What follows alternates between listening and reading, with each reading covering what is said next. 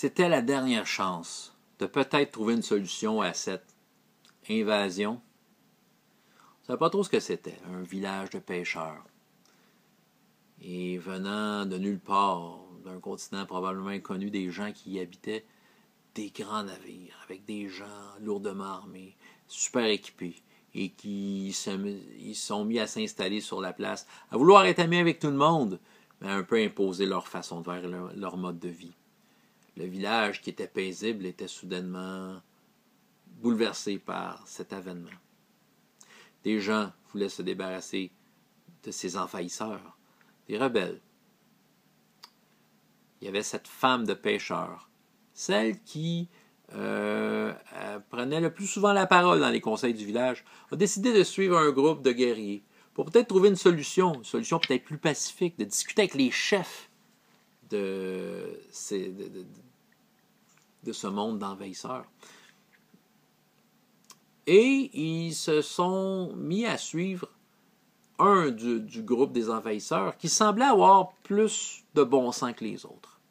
Lui parlait de paix. Il semblait pas être d'accord avec tous ceux avec qui il est venu. Il disait qu'il n'avait pas le choix. Et il semblait être quelqu'un d'haut placé. Donc notre femme de pêcheur décida qu'il fallait le préserver, l'amener avec eux pour essayer de faire changer les choses. Mais ce fut difficile parce que dans le groupe de pêcheurs, du village de pêcheurs avec qui il était, c'est pas tout le monde qui était d'accord.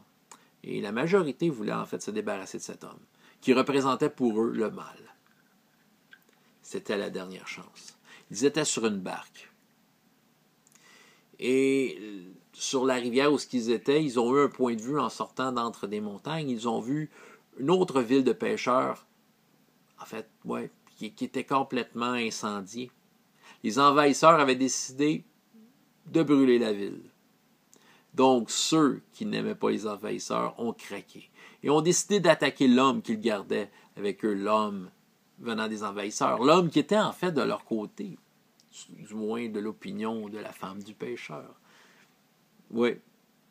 Et elle a mis toute son énergie pour essayer de protéger l'homme, mais il n'y avait rien à faire. Tout le monde dans le bateau ont essayé de tuer l'homme. Finalement, tout le monde se sont virés contre elle et ses convictions. L'homme avait une lourde armure, il est tombé de la barque. Il a coulé dans le fond. Certains des pêcheurs ont complètement sauté dans l'eau pour être sûr qu'il reste dans le fond. La femme du pêcheur a sauté elle aussi pour essayer de tasser ses amis. Elle n'a pas réussi. Le haut gradé des envahisseurs est mort noyé. C'était peut-être la dernière chance pour peut-être faire changer les choses. Ils ont raté cette chance.